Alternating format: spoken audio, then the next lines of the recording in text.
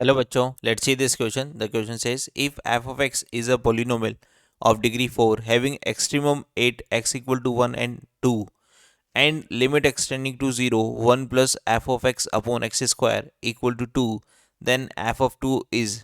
देखिए बच्चों, यहाँ पर हमें एक f of x दे रखी है जो एक 4 डिग्री की एक पोलिनोमियल है जिसका एक्सट्रीमम वैल्यू मतलब मैक्सिमम और मिनिमम वैल्यू 1 और 2 पर मिलती है।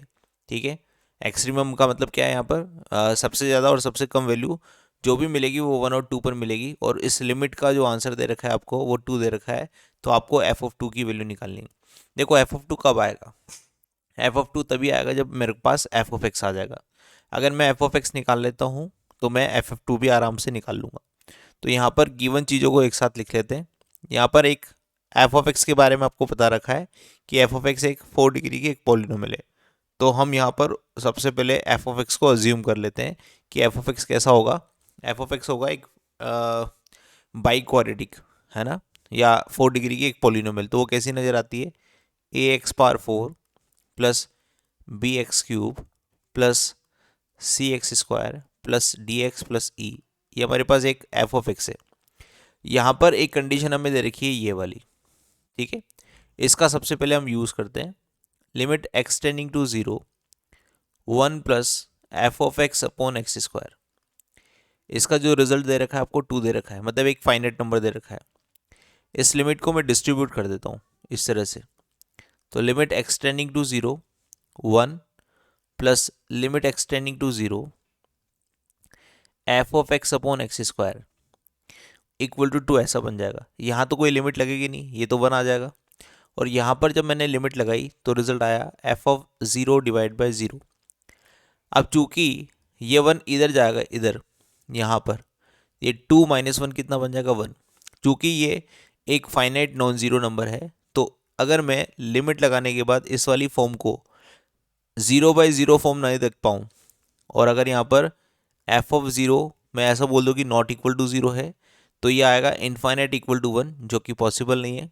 ठीक है, तो इस वाली फॉर्म को क्या बनना पड़ेगा, इस वाली फॉर्म को बनना पड़ेगा 0/0 फॉर्म। तो उसके लिए एफ ऑफ 0 को 0 होना पड़ेगा। तो इसका मीनिंग यहाँ पर क्या है कि एफ ऑफ 0 तो 0 होना ही चाहिए। अगर एफ ऑफ 0 0 होगा तो जो मैंने एफ ऑफ एक्स माना था वो क्या माना था, a x power 4 plus b x cube plus c x square plus d x plus e. तो यहाँ से मैं कंडीशन पता कर लेता हूँ एफ ऑफ 0 0 कब होगा। अगर मैं एफ ऑफ 0 को 0 बोलता हूँ तो एक्स इक्वल टू 0 रख देते हैं, तो यहाँ आएगा 0 plus 0 plus 0 plus 0 plus e. तो ई की वैल्यू यहाँ से साफ साफ पता लग गई कि 0 होनी चाहिए, तभी एफ ऑफ 0 0 आएगा। एक कंडीशन तो मुझे यहाँ पता लग गई, इसके एब्सोल्यूट वैल्यू पता लग गई कि ई की वैल्यू 0 होनी चाहिए। ठीक है, अभी यहाँ पर इस क्वेश्चन को मैं दोबारा लिखता हूँ। Limit extending to 0 F of X upon X square, ये कितना आ गया भाई, 1 आ गया। कहाँ से, यहाँ से। इस वाली इक्वेशन को मैंने सॉल्व किया, इस वाली इक्वेशन को, और यहाँ से मैंने लिखा लिया limit extending to 0 F of X upon X square equal to 1। अब देखिए यहाँ पर जो मेरा एफ ऑफ एक्स आ गया वो एफ ऑफ एक्स कैसा हो गया, उसमें ई की वैल्यू 0 रख दी, ये वाली, इसमें ई की वैल्यू 0 रख कर लिख देता हूँ यहाँ पर। तो क्या बनेगा, a x power 4 plus b x cube plus c x square plus d x, यहाँ ई मैंने 0 रख दिया है, divide by x square equal to 1। ठीक है, यहाँ पर लिमिट एक्सटेंडिंग टू 0 मैंने एक्स को कॉमन ले लिया है, और एक्स को कॉमन लेने के बाद यहाँ पर बचेगा a x cube plus b x square plus c x plus d, और एक्स नीचे भी है हमारे पास, एक्स स्क्वायर है बेसिकली, तो एक्स से एक एक्स कट जाएगा, और यहाँ पर इसका आंसर मुझे 1 के बराबर लाना है। ठीक है, लिमिट एक्सटेंडिंग टू 0। अब देखिए यहाँ पर बनेगा a x cube plus b x square plus c x plus d, और नीचे है हमारे पास एक्स, और इसका आंसर मुझे 1 लाना है। तो आप देखिए अगर मैं ऊपर पोलिनोमियल देख रहा हूँ, नीचे भी एक पोलिनोमियल देख रहा हूँ, और लिमिट एक्सटेंडिंग टू 0 यहाँ अप्लाई कर रहा हूँ, तो ये तभी पॉसिबल है, इसका आंसर फाइनाइट तभी पॉसिबल है जब इन दोनों की मिनिमम डिग्री बराबर होगी। तो यहाँ पर मिनिमम डिग्री 1 बराबर होनी चाहिए, इसके लिए डी को 0 होना पड़ेगा, अदरवाइज इसका आंसर कभी भी फाइनाइट नहीं आ सकता। ठीक है, तो यहाँ पर हमारे पास क्या हो गया, डी 0 हो गया। डी 0 होने के बाद मैं एक्स कॉमन लेकर यहाँ से कैंसिल कर सकता हूँ, और एक्स कॉमन लेने के बाद कैंसिल करने पर सी हमें 1 मिल जाएगा। तो C1 आ गया, D0 आ गया और E भी हमारे पास क्या आ गया, 0। तो अब बचे हमारे पास एफ ऑफ एक्स।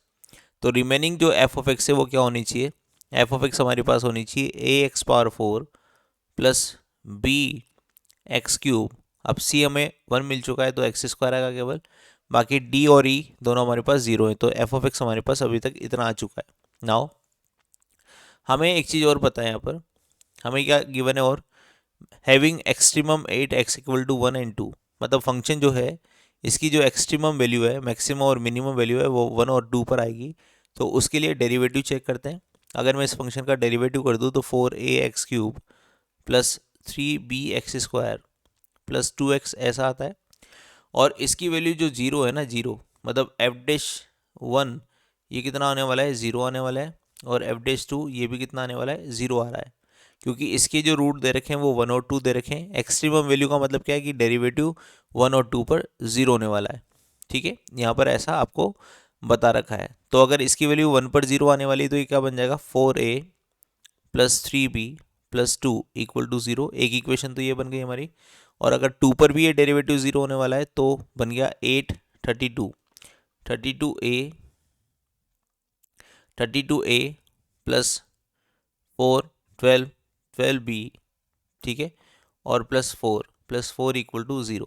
ठीक है, इसको अगर मैं सोल्व करना चाहता हूँ तो यहाँ से देखो 4 कॉमन ले लेता हूँ लास्ट वाली इक्वेशन से, तो ये हो जाएगा 8a plus 3b plus 1 equal to 0।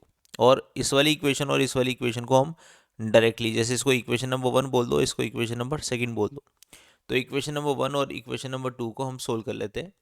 तो 1 माइनस 2 कर देता हूँ, तो क्या बनेगा आपके पास, देखिए 4a plus 2b 4a plus 3b 4a plus 3b plus 2 equal to 0 and 8a plus 3b plus 1 equal to 0। दोनों का डिफरेंस लेना है तो ये माइनस ये माइनस ये माइनस, माइनस का 4a इक्वल टू ये प्लस का 1 बनेगा, तो प्लस का 1 इधर आएगा तो माइनस का 1, तो a इक्वल टू 1/4 आ जाएगा।